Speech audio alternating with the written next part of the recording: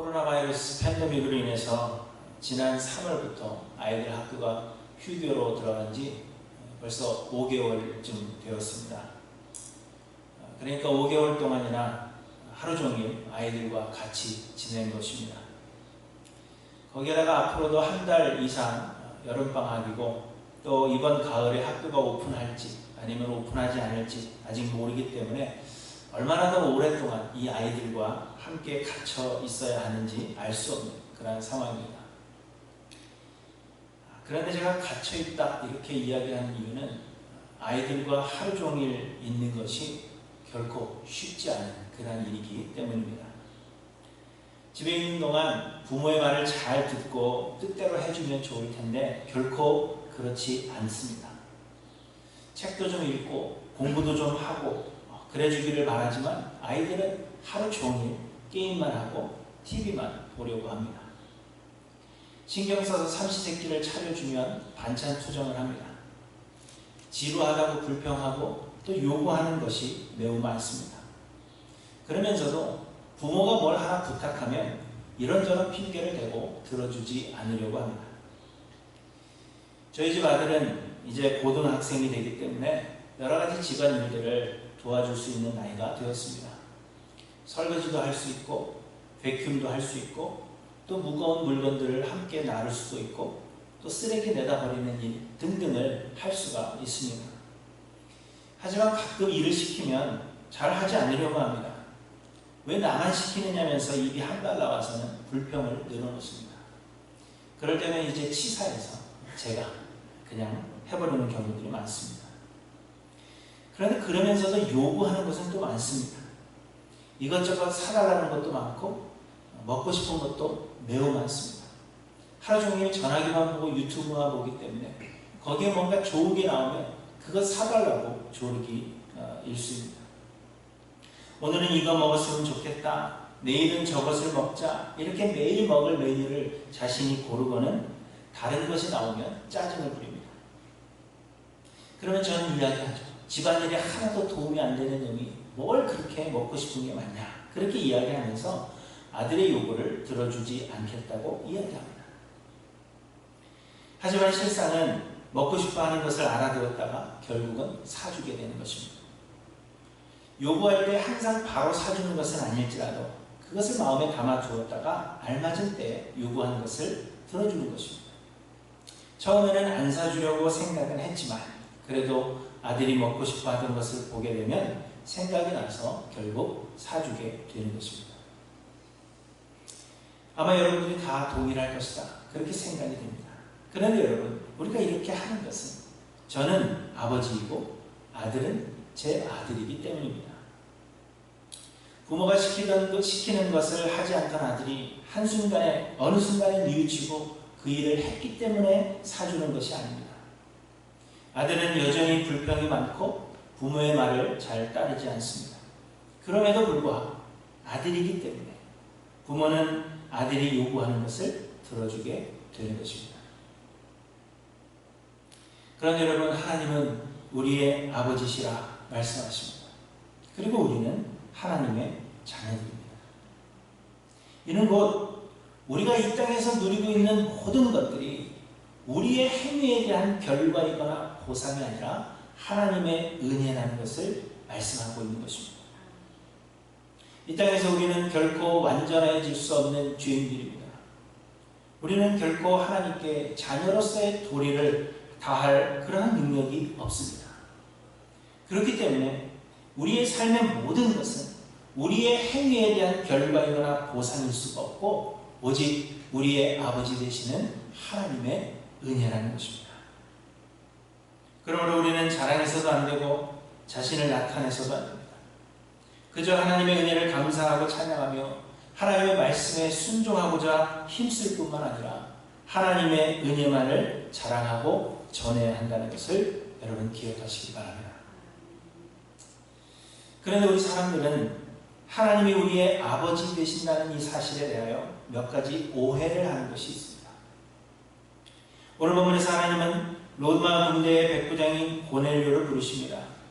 이 고넬료는 경건하여 온 집안과 더불어 하나님을 경외하며 백성을 많이 구제하고 하나님께 항상 기도하는 사람이었다. 그렇게 말씀하십니다.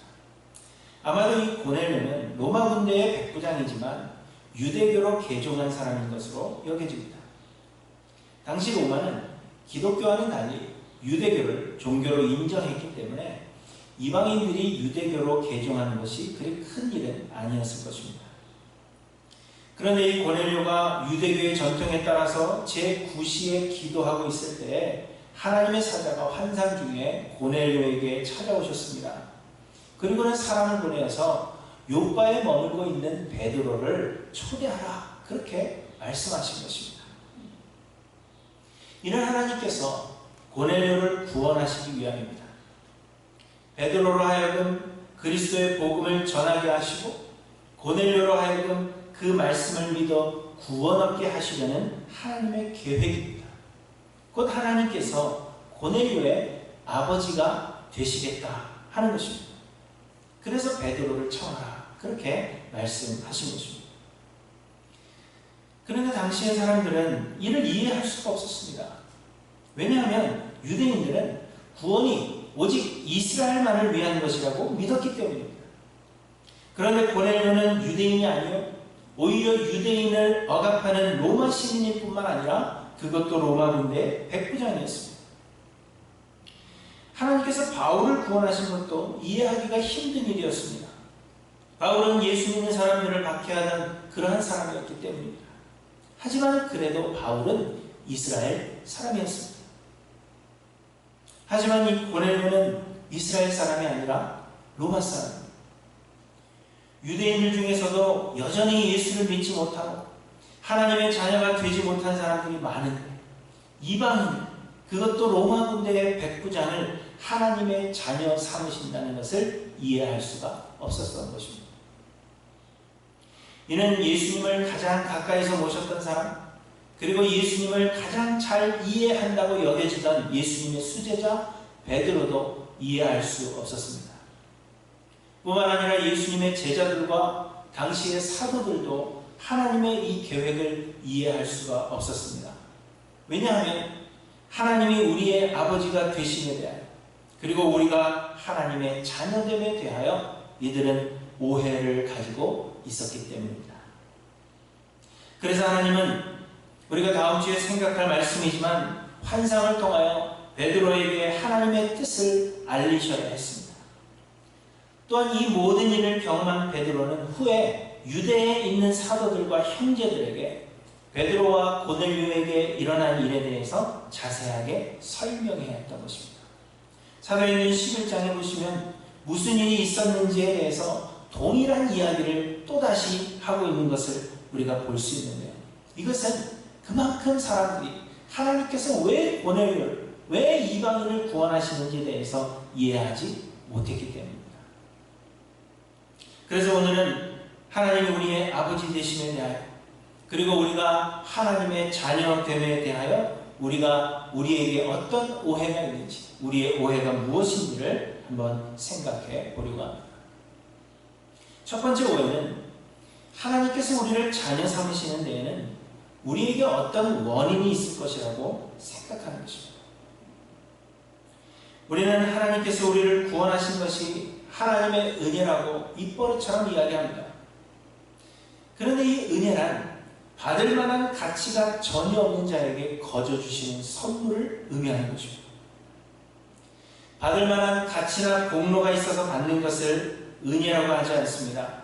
로마서 4장에 보시면 일하는 자에게는 그 삭시 은혜로 여겨지지 아니하고 보수로 여겨지거니와 이를 아니할지라도 경건하지 아니한 자를 의롭다 하시는 이를 믿는 자에게는 그의 믿음을 의로 여기시나니 이렇게 말씀하고 있습니다. 이처럼 은혜는 공로 없는 자, 가치 없는 자에게 주시는 것입니다. 그러므로 하나님께서 우리를 구원하신 것이 하나님의 은혜라 하는 것은 우리에게 은혜 받을 만한 아무런 가치도, 아무런 공로도, 또 아무런 원인도 없음에도 불구하고 하나님께서 거저 주셨음을 인정하는 것입니다. 하나님께서 우리를 자녀 삼으신 것은 우리에게 어떤 원인이 있기 때문이 결코 아닙니다. 하나님은 아무런 조건 없이 우리를 선택하시고 구원하시고 하나님의 자녀 삼으시는 것입니다. 그럼에도 불구하고 우리는 여전히 은혜 받을 만한 무엇이 있기 때문에 구원을 얻었다 그렇게 생각합니다. 입으로는 하나님의 은혜라고 말하면서도 마음으로는 내가 은혜를 받을 만하다 그렇게 자부하며 살아가는 것입니다.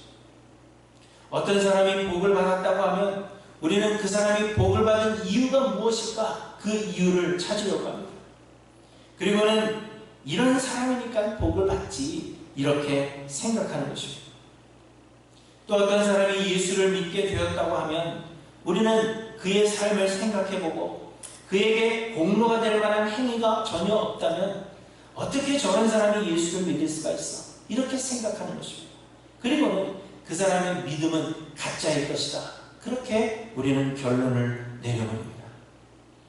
입술로는 은혜를 이야기하지만 우리가 하나님의 자녀 되는 것은 은혜가 아닌 우리의 공로 때문일 것이라 그렇게 깊이 생각하고 있는 것입니다.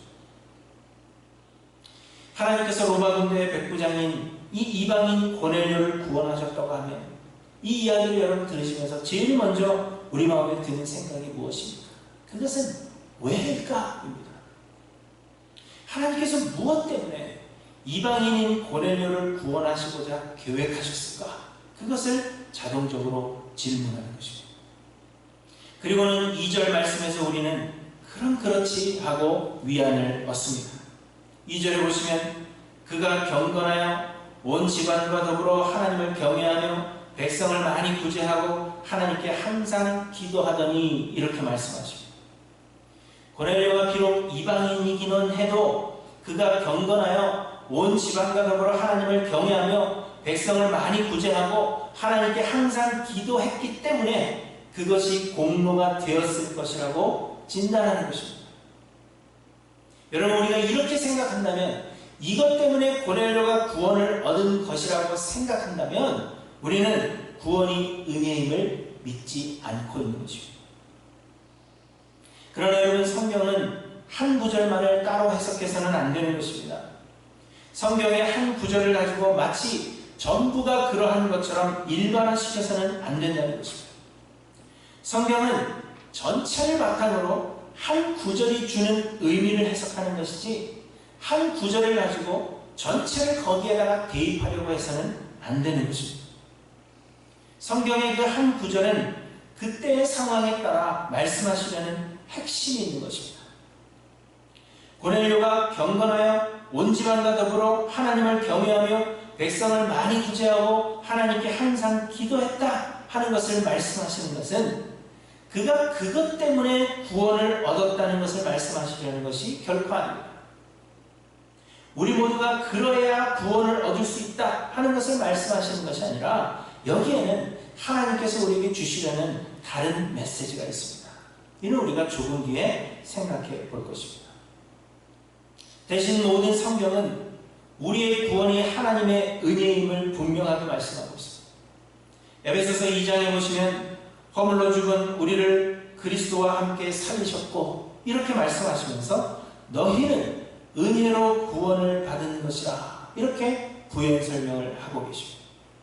그리고는 너희는 그 은혜에 의하여 믿음으로 말미암아 구원을 받았으니 이것은 너희에게서 난 것이 아니요 하나님의 선물이라 이렇게 말씀하십니다. 로마서에서 바울은 우리의 행위로는 구원을 얻을 자가 하나도 없다고 말씀하시면서 하나님의 은혜로 우리가 구원을 얻는 것임을 말씀하십니다. 3장 23절에 보시면 모든 사람이 죄를 범하였으며 하나님의 영광에 이르지 못하더니 그리스도 예수 안에 있는 성령으로 말미암아 하나님의 은혜로 값없이 의롭다 하심을 얻은 자 되었느니라 이렇게 말씀하십니다. 디도서 3장 5절에도 보시면 우리를 구원하시되 우리의 행함과 의로운 행위로 말미암지 아니하고 오직 그의 긍휼하심으로 구원하셨다 그렇게 말씀하시면서 우리로 그의 은혜를 힘입어 의롭다 하심을 얻어 영생의 소망을 따라 상속자가 되게 하려 하십니다 이렇게 말씀하십니다. 그리고 바울은 내가 나 된 것은 하나님의 은혜로 된 것이라 그렇게 고백하고 있는 것입니다. 유대인들은 그들이 구원을 얻게 되는 원인이 자신들에게 있다고 생각했습니다. 자신들에게는 이방인들에게서는 찾아볼 수 없는 뭔가 특별한 것이 있다 그렇게 믿은 것입니다. 그 중에서도 모세가 전하여준 율법은 세상에서 가장 훌륭한 법인데 자신들은 그 율법을 준행하는 것이 공로가 되어서 하나님께서 우리를 구원해 주시는 것이다 그렇게 생각하고 있었던 것입니다. 그러나 하나님께서 이방인이요 로마 군대의 백부장이기까지 한 고넬 곧 유대인들의 율법과는 아무런 상관이 없는 자를 구원하여 그를 자녀 삼으심을 통하여서 구원의 이유가 우리 자신에게 있다는 그 생각이 잘못된 생각이라는 것을 우리에게 말씀해 주시는 것입니다. 구원 얻을 아무런 이유가 없는 고넬료를 구원하심을 통하여서 우리의 구원의 이유가 우리에게 있는 것이 아니라 모든 것이 하나님의 은혜임을 말씀해 주시는 것입니다. 사랑하는 성도 여러분, 구원은 전적인 하나님의 은혜입니다. 구원의 이유가 우리에게 있지 않으면 우리는 구원을 얻을 만한 아무런 가치도 공로도 없는 자들이었다는 것을 기억하시기 바랍니다. 그러므로 우리를 자랑하거나 우리가 나타나기를 소원하지 마시고 하나님의 은혜를 찬양하며 말씀에 순종하기를 소망하며 예수 그리스도의 은혜만을 자랑하고 전하시는 저와 여러분들이 되시길 바랍니다. 하나님의 우리의 아버지 되심에 대한 우리의 두 번째 오해는 믿음이 우리의 선택이라고 생각하는 것입니다. 곧 우리가 믿기로 선택했고 그래서 우리가 믿었기 때문에 구원을 얻었다 그렇게 오해하고 있는 것입니다. 여러분, 제 아들은 언제부터 제 아들이었을까요? 질문이 이상하죠? 이 질문은 밸리드하지 않은 질문입니다. 말이 되지 않는 질문이죠. 제 아들은 제 아내의 뱃속에 잉태된 그 순간부터 제 아들인 것입니다. 태어나서 살다 보니까 제가 아버지라는 사실을 인식하게 되고 제가 아버지인 것을 믿음으로 고백한 그 순간부터 그래 오늘부터 내가 내 아들이다 그렇게 인정하는 것이 아니라 제가 아버지인 것을 모를 때부터 제 아들인 것입니다. 그리고 그렇게 살아가다 보면 제가 자신의 아버지라는 것을 자연적으로 인식하게 되는 때가 오고 본인이 제 아들이라는 것을 믿게 되는 것입니다. 여러분, 이처럼 우리의 믿음은 우리의 선택이 아니라 내가 하나님의 자녀되고자 선택하는 것이 아니라 우리의 그 믿음이 그저 생겨나는 것입니다. 마찬가지로 우리는 언제부터 하나님의 자녀일까요? 여러분은 언제부터 하나님의 자녀이셨습니까? 우리가 하나님의 자녀된 것은 우리가 예수를 그리스도로 믿은 그 순간부터가 아니라 태초부터 우리는 하나님의 자녀인 것입니다. 곧 하나님은 우리를 구원하시고자 태초부터 예정하셨다는 것입니다. 에베소서 1장 4절에 보시면 곧 창세전에 그리스도 안에서 우리를 택하사 우리로 사랑 안에서 그 앞에 거룩하고 흠이 없게 하시려고 그 기쁘신 뜻대로 우리를 예정하사 예수 그리스도로 말미암아 자기의 아들들이 되게 하셨으니 이렇게 말씀하십니다. 우리를 택하심이 태초부터라 말씀하십니다. 예레미야 1장에서도 하나님은 예레미야에게 말씀하십니다. 내가 너를 모태에 짓기 전에 너를 알았고 내가 배에서 나오기 전에 너를 선별하였고 너를 여러 나라의 선지자로 세웠노라 이렇게 말씀하십니다. 또한 시편 139편 16절에 말씀하십니다. 내 형질이 이루어지기 전에 주의 눈이 보셨으며 나를 위하여 정한 날이 하루도 되기 전에 곧 내가 태어나기 전에 주의 책에 다 기록이 되었나이다 이렇게 말씀하십니다. 복음서에서도 보시면 예수님께서 탕자의 비유를 말씀하십니다. 어떤 사람에게 두 아들이 있었는데 그 중에 작은 아들이 자기가 받을 유산을 미리 받아다가 타국으로 떠났다가 모든 재산을 탕제하고는 다시 아버지의 집으로 돌아온다는 이야기입니다. 그런데 여러분, 이 이야기에서 집을 떠났던 그 둘째 아들도 처음부터 아버지의 아들이었습니다.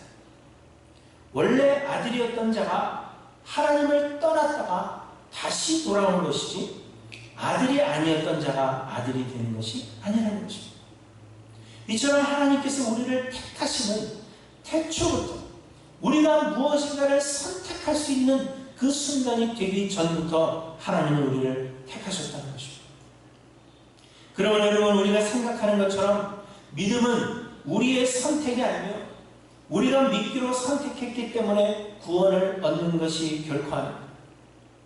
우리가 마음대로 살아가다가 내 아버지가 될 사람을 선택하여 그때부터 내 아버지가 되는 것이 아닌 것과 같은 이치입니다.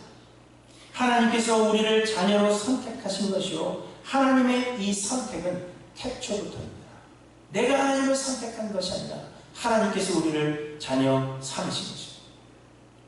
다만 각 태어난 어린아이가 아버지를 인식하지 못하는 것처럼 예수가 그리스도이심을 믿기 전까지는 우리가 하나님의 자녀임을 인식하지 못한 채로 살아가는 것입니다. 그러다가 하나님께서 계획하신 때 하나님께서 성령을 보내주시면 성령이 우리로 하여금 예수를 그리스도로 믿게 하시고 우리가 하나님의 자녀임을 인식하게 되는 것입니다.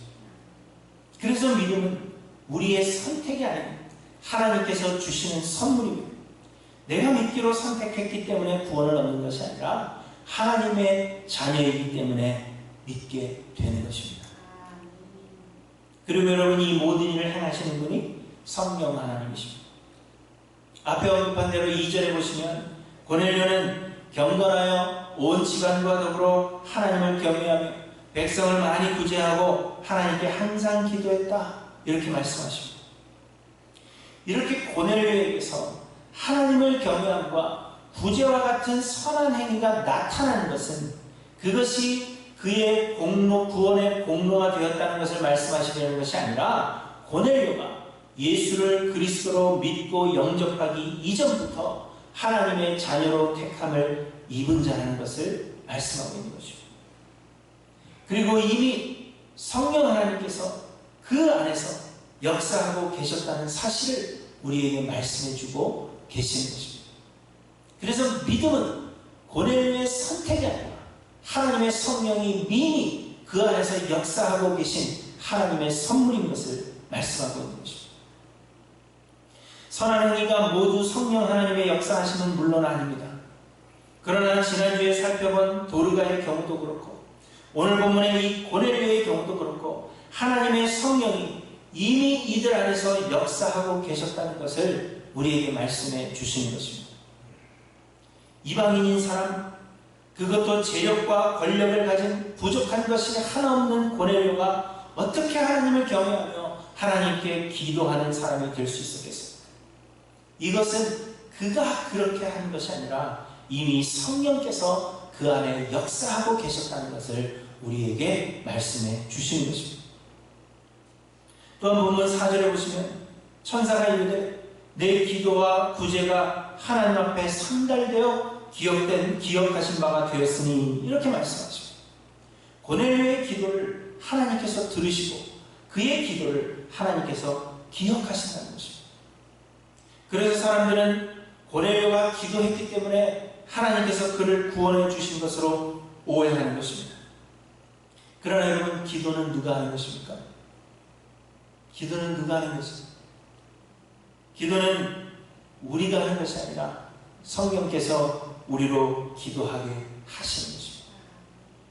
물론 모든 기도가 성령께서 기도하게 하시는 기도는 아닙니다.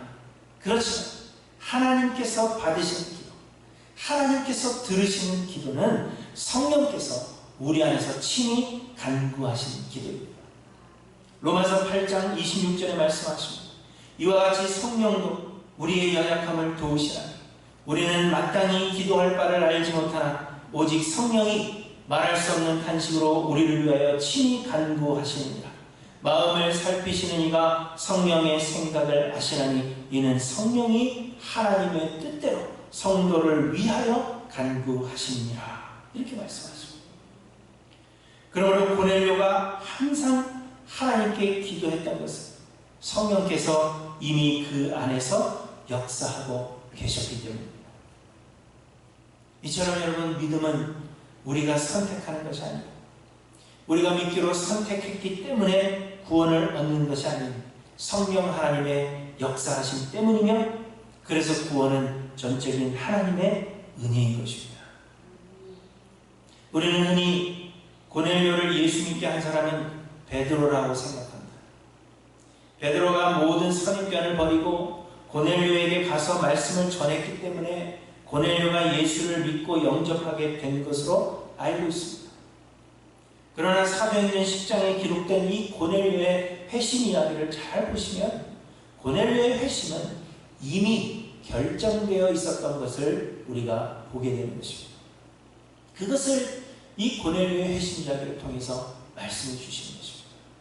우리가 전해서 사람을 설득해서 그로 하여금 믿게 만드는 것이 아니라 우리의 구원이라는 것이 하나님께서 미리 계획하신 것이요 하나님께서 모든 일을 이루신 것임을 말씀하고 있는 것입니다. 하나님께서 성령을 통하여 이미 고넬료의 밭을 좋은 밭으로 준비시키셨고, 베드로는 그야말로 잘 차려진 밥상에 숟가락 하나 얹은 것에 불과하다는 것을 우리에게 보여주시는 것입니다. 그러므로 여러분, 구원은 전적으로 하나님의 은혜입니다. 내가 믿기로 선택하는 것도 아니요 내가 누군가로 믿게 하는 것도 아닙니다. 그러므로 어떠한 경우에도 우리는 내 공로를 주장할 수 없다는 것을 기억해야 한다는 것입니다. 내가 믿었다, 혹은 내가 누구로 하여금 믿게 하였다, 우리의 공로는 믿음에 있어서 전혀 없다는 것을 우리에게 보여주시는 것입니다. 그러므로 여러분, 모든 것이 하나님의 은혜임을 인정하시고 하나님께만 영광 돌리시며 하나님의 은혜만을 자랑하고 전하시는 저 여러분들이 되시기를 바랍니다. 아이들은 주로 부모와의 관계를 오해합니다. 부모의 사랑받는 것을 당연한 것으로 생각하고 부모의 보호와 보살핌을 받는 것을 은혜라고 생각하지 않습니다. 마치 자신들이 비천한 부모의 아들, 딸이 되어주기로 선택한 것이라도 된 것 마냥 자신들의 권리를 주장하는 데 주저함이 없습니다. 마찬가지로 우리는 하나님과 우리의 관계를 오해합니다. 하나님께서 우리를 자녀 삼아 주신 것은 우리에게 그럴 만한 가치가 있기 때문이라고 생각하는 것입니다. 우리가 하나님을 우리의 아버지로 선택한 것이라고 생각해서 그래서 우리의 권리를 주장합니다. 모든 것이 하나님의 은혜임을 인정하지 못하고 내 욕심을 채우기 위한 무리한 것들을 우리는 하나님 앞에 당당하게 요구하는 것입니다. 하나님께서 우리를 택하여 주신 것임에도 불구하고 내가 하나님을 택했다고 생각해서 우리는 조금 기분이 나쁘면 나 교회 안 나가, 하나님 안 믿어, 마치 믿어주는 것이 어떤 큰 우리에게 좋은 것을 주는 것 마냥 그렇게 사람들은 하나님과 우리의 관계를 오해하고 살아가는 것입니다. 사랑하는 성도 여러분, 우리는 하나님이 우리의 아버지 되심과 우리가 하나님의 자녀됨에 대하여 이렇게 오해하며 살아가고 있는 것은 아닌가, 우리를 한번 돌아보시기 바랍니다. 모든 것이 하나님의 은혜입니다. 우리는 갚을 수 없는 하나님의 은혜를 받은 자들입니다. 그런데 요즘 세상은 이 은혜를 기억하기보다는 마치 어린아이들처럼 자신의 권리를 주장하는 데 힘을 다합니다. 그래서 세상이 더욱 혼란스러워지고 있다는 사실을 기억하지 못합니다. 여러분, 은혜를 모르는 아이들과 몇 개월을 지내는 것이 무척이나 힘이 듭니다. 앞으로 또 몇 달을 더 이렇게 지내야 할지 사실 걱정스럽습니다. 가을에 학교를 오픈하지 않는다고 할까봐 마음이 두려운 마음이 있습니다. 그렇다면 우리를 평생 지켜보시는 하나님의 마음은 어떨까? 여러분 한번 생각해 보시기 바랍니다. 은혜를 모르는 우리들, 자신의 권리를 하나님 앞에 부당하게 주장하는 우리들을 보면서 하나님은 우리처럼 그렇게 답답해하지 않으시겠습니까? 여러분 구원에 대한 오해를 버리고 하나님과의 관계에 대한 바른 이해로 권리가 아닌 은혜를 기억하시는 저와 여러분들이 되시기를 바랍니다. 그래서 하나님의 말씀에 순종하며 하나님의 그 은혜를 항상 찬양하며 그래서 하나님께서 우리와 동행하기를 기뻐하시는 하일랜드 교회 모든 성도님들이 되시기를 주님의 이름으로 간절히 축원합니다. 기도하십니다.